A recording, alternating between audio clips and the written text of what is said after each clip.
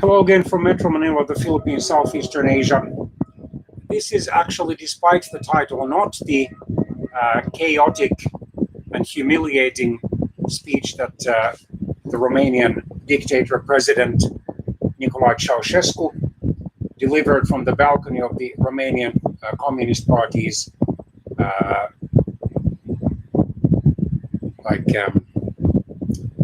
central building in Bucharest, the Romanian capital,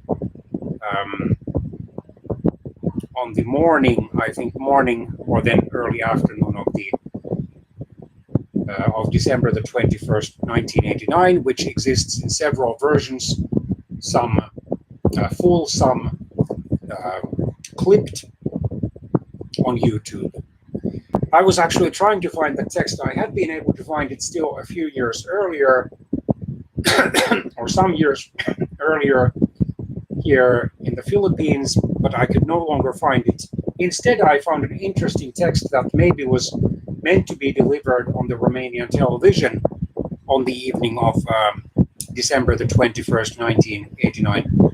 I do know that President Ceausescu spoke from the Romanian Communist Party's headquarters from an indoor studio on the evening of December the 20th, 1989, having just returned from his last state visit abroad, a visit, interestingly, to Iran. Anyway, the situation had changed. Ceausescu, who had been briefly very popular following his public condemnation of Czechoslovakia's occupation by the other Warsaw Pact countries earlier that year, Albania, a small and hardline communist country on the Adriatic Sea's eastern coast in southeastern Europe, had left the Warsaw Pact, the military alliance established in 1955 and led by the Soviet Union. Ceausescu, in order to appeal to many Romanians' nationalist and patriotic attitudes, decided to suspend Romania's active participation in the Warsaw Pact without, however, taking it out of that military alliance. Much the same maneuver that French President Charles de Gaulle, who was still in power in 1968, but would step down in April 1969 because of his defeat in a referendum that he had organized on constitutional changes, which actually concerned his position. He had decided to take earlier, I think in the 1960s, France out of NATO's military organization without, however, withdrawing the country from membership in the NATO, the US-led North Atlantic Treaty Organization or Defense Alliance, which was established in 1949. Both de Gaulle and Ceausescu wanted to chart out a rather independent or like third way foreign policy course, being neither, in Charles de Gaulle's case, fully in support of the United States and other major Western countries. In Europe, Charles de Gaulle was notably keen on making France a stronger country compared to Britain, whose membership in the European Economic Community, the predecessor of today's European Union, which ironically Britain is about to leave at the end of this October 2019, to block Britain's membership in the European Economic Community in order to keep France a stronger power in Western Europe. And then Ceausescu, while nominally retaining Romania's membership in the Warsaw Pact, wanted to show to many Western countries whose economic loans and other financial help and economic help he needed, that Romania was a so-called good communist country, a country with which those Western countries' leaders could do business. And indeed, he visited, for example, Britain and the United States. Okay, anyway, During 1989, the situation had clearly deteriorated for the hardline communist leaders such as Ceausescu. Still, at the start of that year, the communists were fairly firmly in power in most Eastern European countries. Yugoslavia was a special case because already since 1948 it had followed an independent, so-called non-aligned movement's foreign policy course. While retaining political communism, it had allowed economic liberalism to the extent that it allowed, as one of the few notable communist countries, its citizens to freely emigrate without requiring any kind of exit tax or so-called compensation for the socialist and communist education received in those countries, and as a major deterrent to the people who wanted to leave those countries. He also instituted a radical devaluation of the Yugoslav dinar or currency. He allowed a kind of a combination of free market and socialist economics, where many workers could own their factories. And indeed, Yugoslavia maintained diplomatic relations with virtually all Western democracies throughout the Cold War.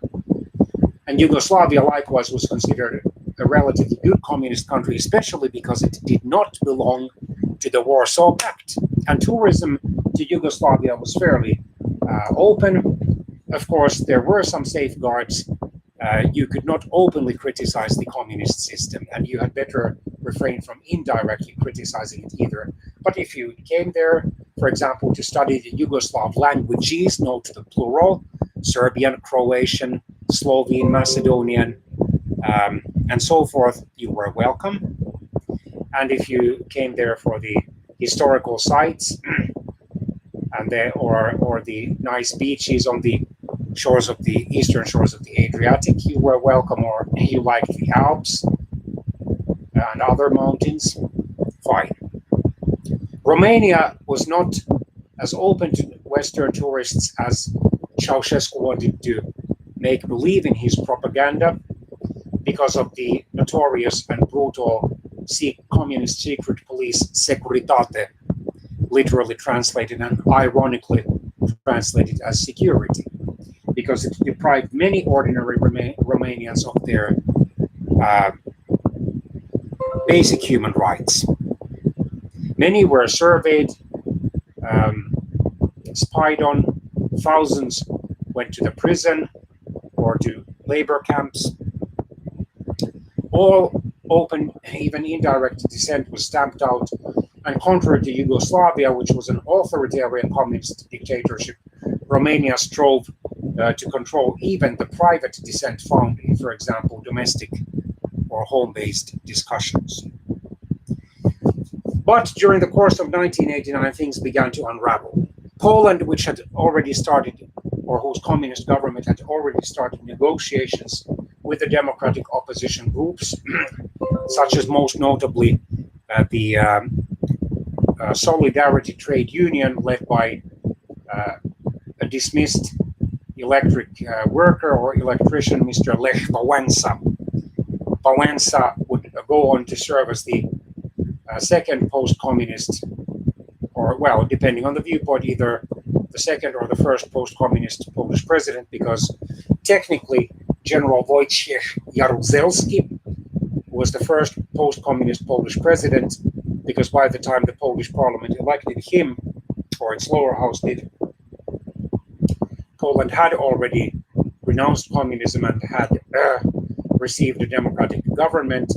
But the first post-communist president, in the sense that even Mr. Jaruzelski was still, for all practical purposes, communist, albeit a reformed one.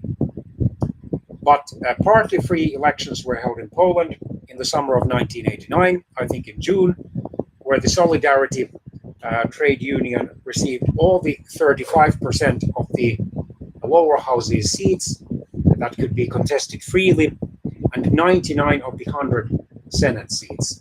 And because the Polish Communist parties or Polish United Labor or Workers' parties forced allies abandoned it.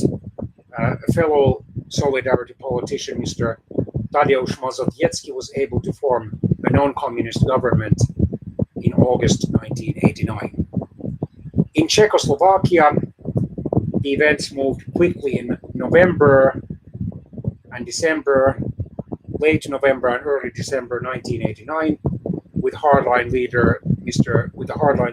Gustav Husak being forced to resign, and an interim government led by the playwright and notable dissident Mr. Václav Havel being formed, or interim regime, and he would eventually then be elected as the Czechoslovak president. And after the peaceful dissolution of Czechoslovakia in January 1993, he would become the Czech Republic's first president. In Hungary, the hardline leader János Kádár was forced to resign and was replaced by a more moderate communist leader. And during the course of 1989, Hungary allowed multi-party democracy and was preparing to have free elections in, I think, March 1990, which the Democratic Forum won. Then in Yugoslavia, democratic reforms gradually were beginning, although multi-party democracy had not been yet, I think, officially enacted at the federal level. In Romania, in the autumn of 1989, the hardline communist leader, Mr. Todor Zhivkov, was dismissed and Mr. Petar Mladenov replaced him. But the communists, or renamed socialists, would still win the 1990 parliamentary elections.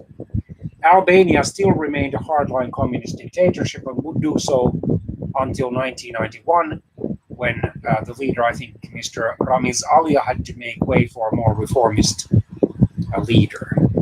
And the Soviet Union, of course, had begun those democratic reforms. At first, they concerned only a wider freedom of speech, opinion, and the press, which led to major criticisms of the Communist Party's often inefficient and corrupt bureaucracy, major criticisms of the distribution of goods and services, which also was found to be so corrupt, and those international conflicts, inter-ethnic conflicts, which had been swept under the rug, under the rhetoric of the Homo Sovieticus, or the Soviet human being, whose ideology would transcend all these inter-ethnic conflicts. Basically, in the Soviet context, this meant that the Russian demographic groups' dominance of the country and of the Communist Party was challenged, and various smaller nationalities, most notably the three Baltic nations of Estonians, Latvians, and Lithuanians, wanted to break away, but also various Muslim majority nationalities in Western and Central Asia, and even fellow Slavs, most notably Ukrainians, to a smaller extent Belarusians or White Russians. But Romania tried to remain, and then in East Germany, I was about to forget, sorry. Still in early October 1989, the hardline East German communist leader and the country's head of state, Mr. Erich Honecker, who in 1987 had visited West Germany with full honors given to a foreign head of state and received by the Christian Democratic Federal Chancellor or Prime Minister of West Germany, Mr. Helmut Kohl. He still claimed that socialism and communism had caused East Germany to flourish, and East Germany ironically did have one of the Eastern blocs and one of the communist countries' highest material standards of living. The irony was that its Western neighbor, West Germany, was far ahead of it in the material standard of living and, of course, in the basic civil rights and freedoms, which had caused, despite all the restrictions, including notably the construction of the Berlin Wall in 1961 and the erection of major barriers on the rest of the border between the two countries, the so-called inner German border, had caused thousands of East Germans, by will or by nil, by whatever means it took, including defection while visiting other countries as athletes, as artists, and so forth, as professionals, to eventually escape to West Germany or to other Western countries. A few were expelled, such as the protest song singer Mr. Wolf Biermann and the pop and rock star Miss Nina Hagen. But anyway, Romania tried to remain, as far as its communist leadership was concerned, a hardline Orthodox Marxist, albeit somewhat foreign politically independent communist country. And Ceausescu tried to divide and rule by playing on the Romanians' nationalist and patriotic sentiments, by emphasizing their Latin roots, although the Romanians, of course, have mixed ethnic origins. Dacians, Romans, and of course many Slavs, but also, interestingly, Turks, because Romania for hundreds of years belonged to the Ottoman Turkish Empire. But by the second half of 1989, things started to unravel. For years, the Romanian living standards had been plummeting because of Ceausescu's determined and stubborn effort to repay the huge financial loans that he had received from many Western countries by essentially telling them that Romania was a good communist country which could and wanted to do business with the Western countries. Sometime in the summer of 1989, just some months before his downfall, he was able to accomplish that goal. But it came at the cost of severe standards, severe drop in the Romanians' living standards. There was a shortage of even the basic groceries. Of course, in the countryside, especially the Romanian farmers had more to eat than many poor Romanians in the cities. The television broadcasting was limited to just 2 hours per day. Although various Romanians did send letters to President Ceausescu complaining of their lack of basic rights and freedoms, and increasingly during the 1980s of their declining living standards, it is doubtful if Ceausescu ever read any of those letters. According to the English language Wikipedia article about him, he immediately would pass those letters on to his bodyguards or some other officials. And his authoritarian or autocratic or co-autocratic wife, Mrs. Elena Ceausescu, despite being only a lightly educated woman, was given even an honorary doctorate for being a great chemist, which she was not. And she probably bribed her assistants to write those fine, allegedly fine chemistry dissertations for her, or papers for her. Anyway, Ceausescu had been booed and jeered only minutes into his speech earlier on December the 21st, 1989. At first, he was confused and asked, "Che," or what? And then he tried to calm down the crowd by doing this sort of sign with his hands, and then he called out over 10 times, "Allo," meaning hello. And his wife, Elena, who was standing nearby, shouted several times, "Liniște," be quiet. At some point, dictator Ceausescu was so confused that his wife had to prompt him by saying, "Vorbește-le, vorbește-le," talk to them, meaning talk to the crowd.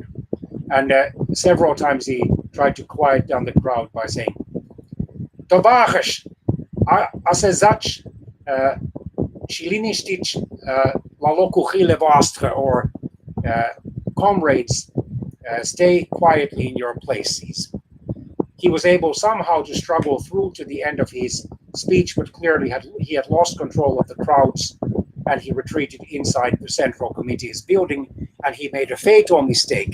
If he had, under the cover of night, fled Bucharest, he probably would have been able to escape to some remote location in northwestern Romania, where he still had some followers. He could at least have evaded arrest for some days, weeks, or possibly even months. Or he could have done what various deposed dictators have tried to do. For example, Uganda's late dictator Idi Amin, Haiti's late, well, I'm not sure if he's still alive or dead, last dictator, so-called Baby Doc Duvalier, or then the longtime Paraguayan dictator General Alfredo Stroessner, who incidentally was overthrown in 1989. They fled to other countries. Or then the former Chilean dictator Augusto Pinochet, who even was given an honorary senator for a life position, but eventually then, when he was threatened with arrest, relocated to Britain.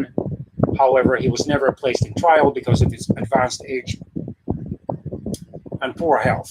But this never happened. Instead, Ceausescu chose to stay in Bucharest, and apparently he drafted, or he dictated maybe, this speech, which never probably was publicly delivered, or if it ever was, perhaps it was delivered or read on the Romanian television. Or maybe this was the speech he tried to deliver from the balcony of the Central Committee building on the morning of December the 22nd, but failed miserably, because the crowds were even much more hostile than they had been the previous day. And eventually, since the Central Committee building's guards left the doors unprotected, the crowd surged in, and they were, without their being aware of it, just meters away from capturing the Ceausescus. If that had happened, they would probably have lynched or beaten them to death. Instead, the Ceausescus were barely able to escape. Their bodyguards literally had to carry them, and then they landed somewhere to the northwest of Bucharest, the capital, and then they were able to get a brief car ride in a medical doctor's little car Dacia, a Romanian car model or make, and then the doctor faked engine trouble, and he later told some journalists that Ceausescu, with tears in his eyes, said something to the effect that he couldn't understand why the Romanian people had turned against him, since allegedly had given them so much. Never mind the gross violations of human rights and the steadily or even sharply declining living standards, especially in the 1980s. Well, to put a long story short, the Ceausescus were detained in the city of Târgoviște, which had a military garrison. They were locked up, and then eventually the local authorities who had locked them up decided to surrender them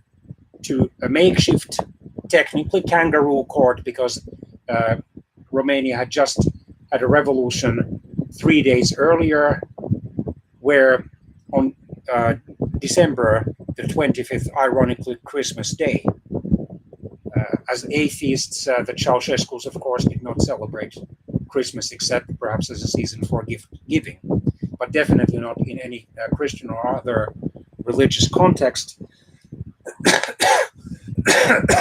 And the Ceausescus were then tried in a brief trial that only lasted about 1 hour 20 minutes and was tape recorded, although the videotape's quality was understandably quite poor. During the trial, the deposed president and general secretary and commander of the armed forces, Nicolae Ceausescu, repeatedly said, "Nu recunosc tribunalul," I don't recognize the court. "Nu recunosc niciun tribunal in afară de Marea Adunare Națională." I don't recognize any court outside the Grand National Assembly, which was the Romanian Communist Party's Communist Parliament's official name. And on being told just minutes into the trial by the presiding judge that the Grand National Assembly had been dissolved and that there was a new organ of power, he refused, or pretended to refuse, to believe it. Some people described it as a dialogue the trial as a dialogue between the deaf. He refused to accept the fact that the Romanian people, the ordinary Romanian people, had declining living standards. He refused to accept the charge that he had been guilty of genocide, while it is true that thousands or tens of thousands of Romanians had died directly or indirectly as a result of the Securitate's brutal policies. Genocide was a debatable term.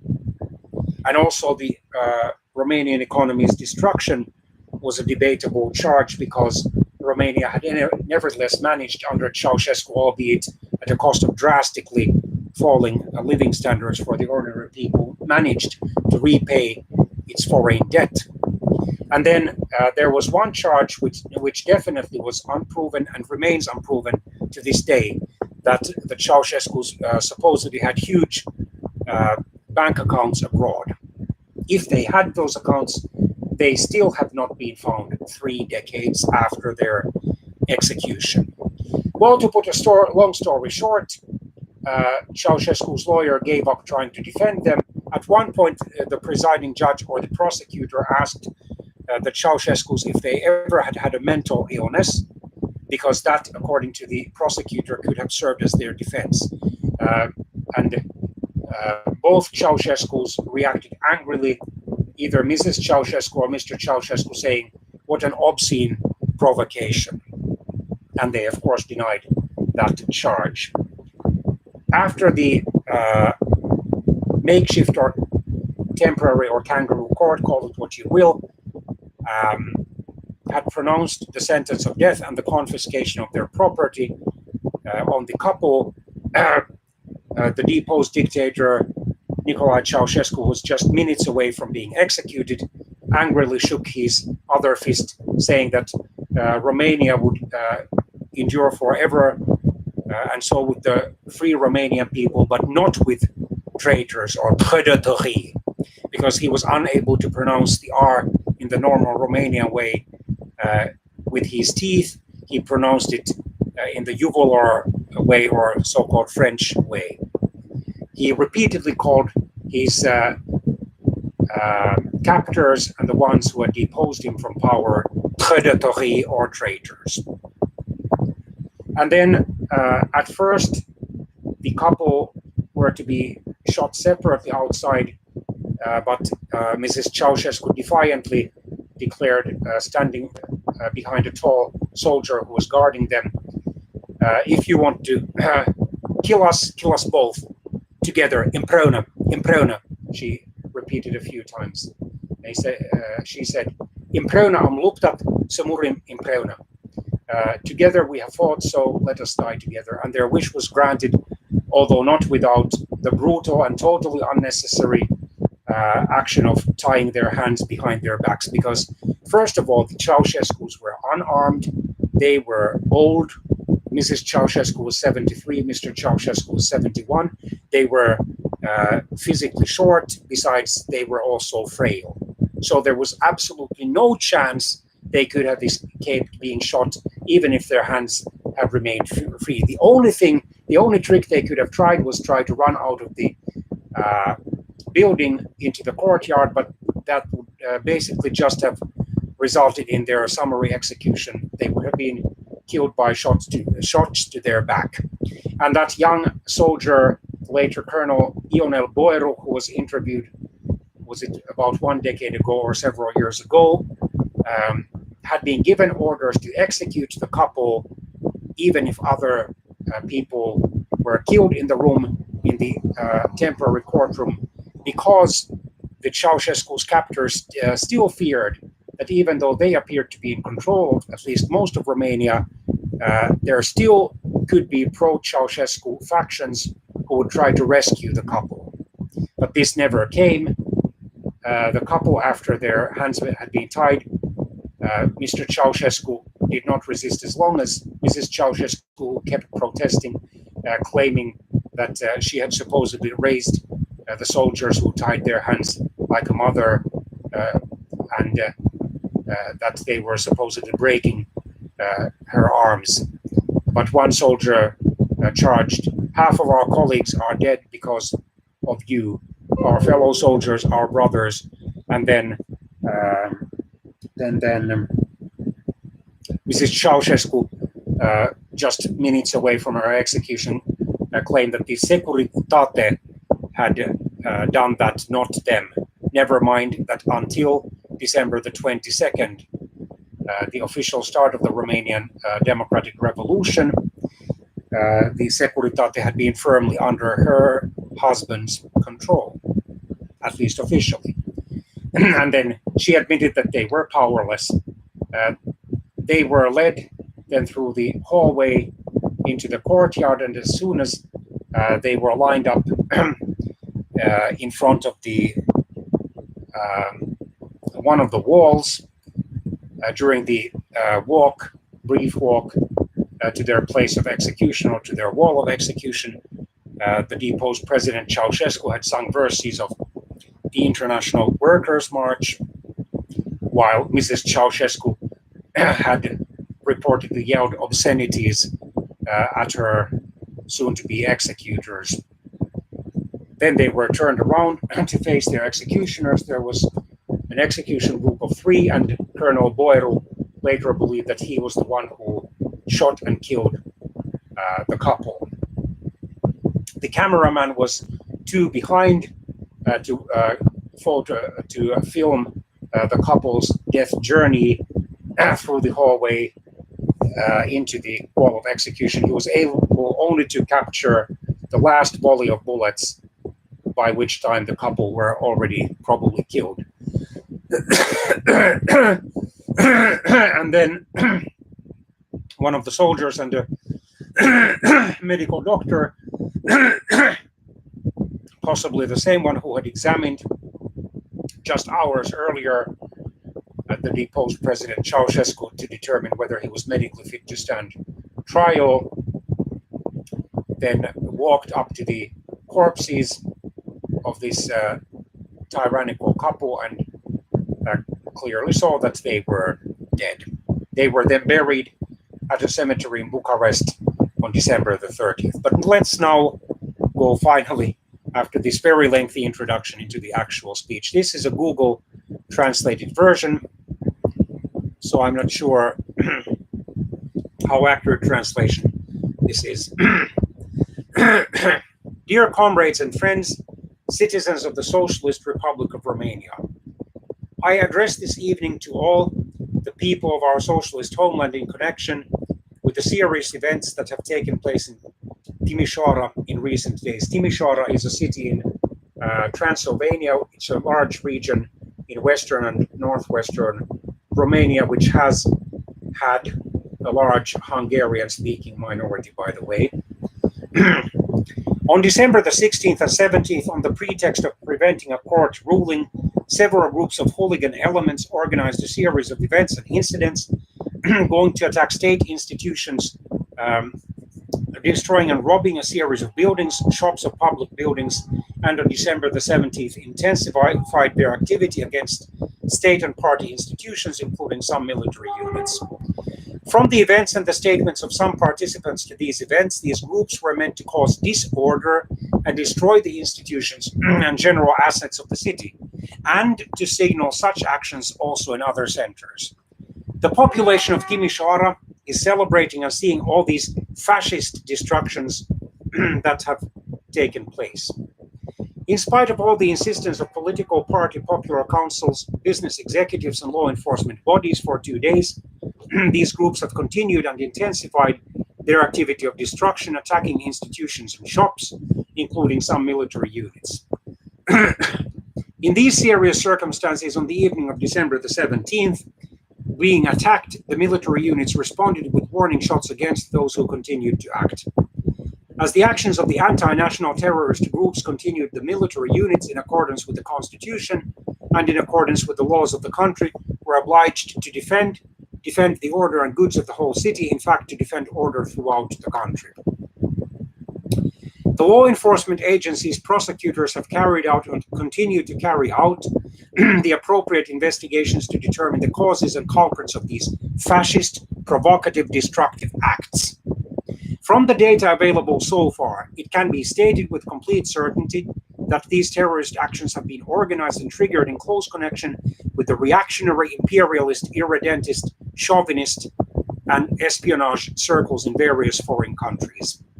The purpose of these anti-national actions was to cause disorder in order to destabilize the political economic situation, to create conditions for the territorial dismemberment of Romania, to destroy the independence and sovereignty of our socialist homeland. Not accidentally, radio stations in Budapest and other countries, Budapest of course is Hungary's capital, have triggered even during these anti-national terrorist actions a petulant campaign of deceit and lies against our country.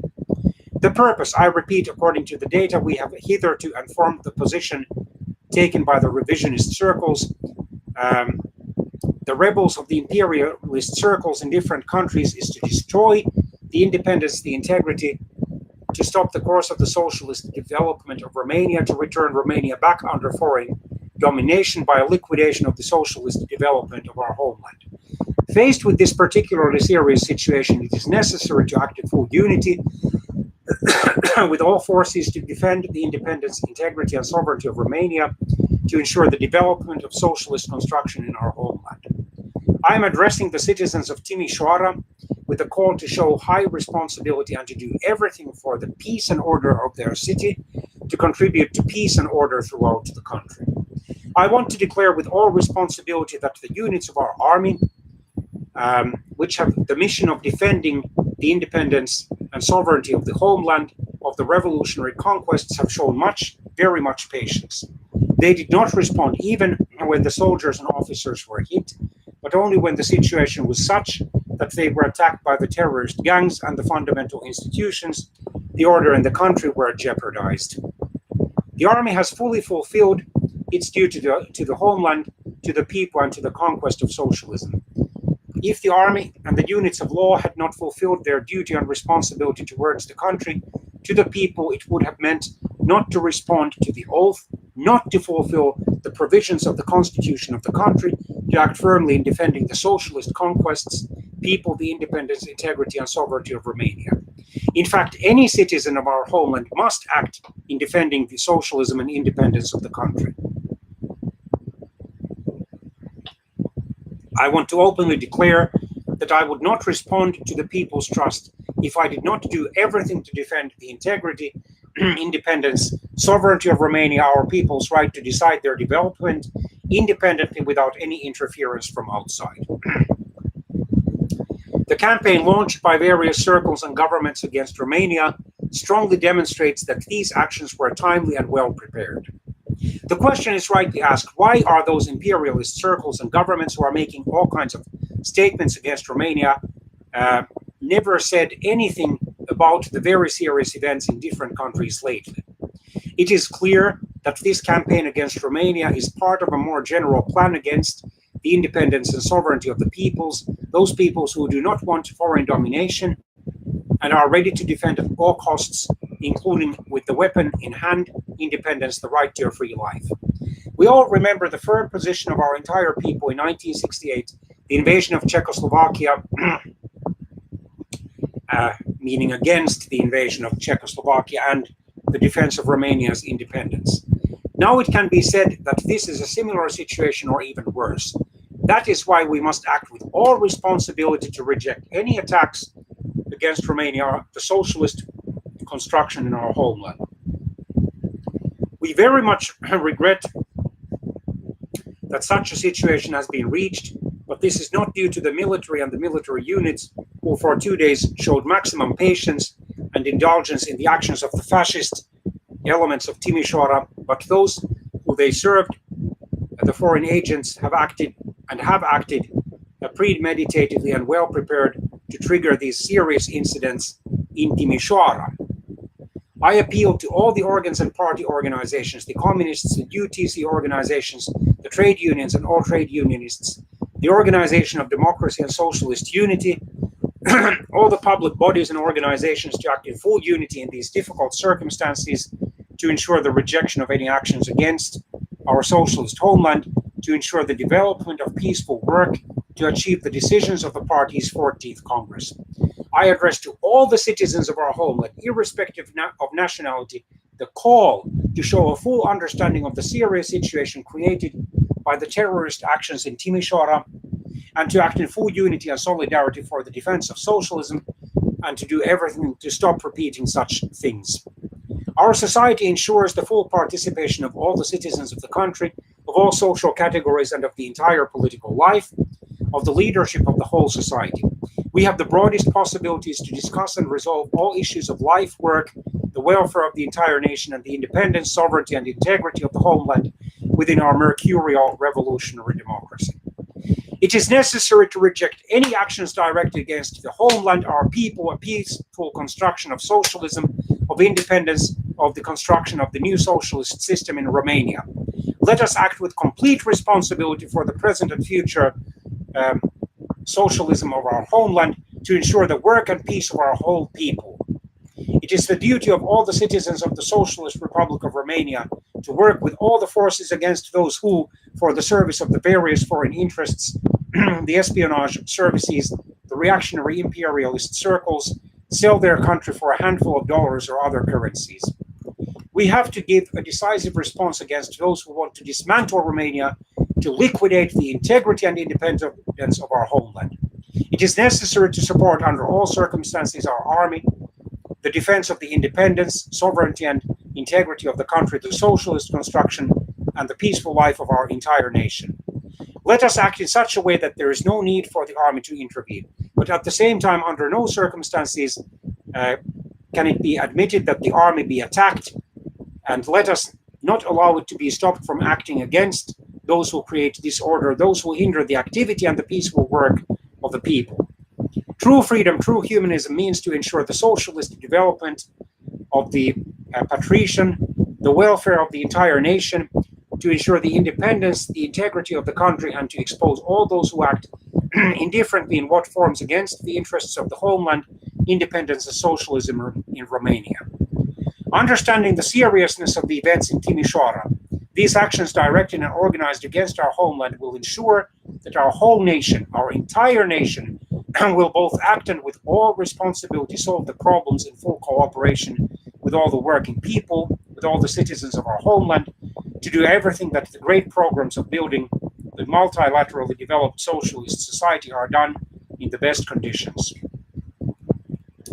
I want to say tonight to our entire nation that, as far as I am concerned, as a devoted son of the people, in the work and responsibilities entrusted to the party and people, I will act in every circumstance in the interests of the people, for their well-being and happiness, in the interest of socialist construction, independence, and sovereignty of the country.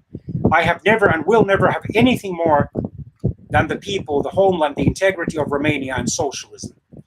The best answer we can give to reactionary circles, to those who want to destroy independence and to stop socialist construction in Romania, is our unity of all of the whole nation, the fulfillment in the best conditions of social or socio-economic development programs to firmly advance our homeland, free and independent, on the road of socialism, acting with all determination for peace and cooperation on the principles of full equality of rights with all the nations of the world. I address to all the citizens of our country with the call to show a high patriotic and revolutionary spirit, to understand what happened in Timisoara, our actions organized in time by the reactionary circles, the foreign espionage agents who initiated all this against our homeland. Let us act with all responsibility in such a way that no one in our country should be able to organize or cause such situations anymore. It is necessary, dear comrades and friends, citizens of the Socialist Republic of Romania, to show the great responsibility and wisdom of our people, who in the worst times offered great sacrifices. Many of our sovereign sons have given their lives for their independence and welfare, the integrity of the country, and the construction of socialism in Romania. There must be nothing to prevent our determined action to serve the people, socialism, the bright future of our homeland and of our nation. I appeal to you, dear comrades and friends, your call to strengthen collaboration and unity, to do everything for freedom, for the construction of socialism, for the welfare of the people, for the integrity and independence of Romania. I forgot to add in the long introduction to this video, the following detail.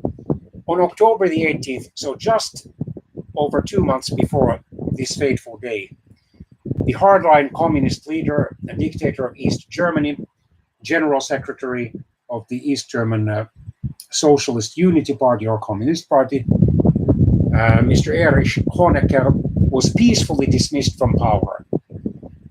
When he asked in a routine way if there were any suggestions for the central committees or political bureaus agenda, then one of the members dared to say, I propose that General Secretary Erich Honecker be removed from his position. Rather than exploding in anger or arresting this member, General Secretary Honecker remarkably said, at least pretending to be calm or being calm, well, let the debate begin. And when one speaker after another called on Honecker to resign, he had been the East German dictator since 1971 after the death of his predecessor, Mr. Walter Ulbricht. Then all members of the Central Committee, including he himself, voted for his dismissal. He was able to escape execution and even imprisonment. He was able to take refuge in the former Soviet Union in Moscow, Russia, and eventually he was then flown to Chile to join his daughter, and there he died of cancer in 1994.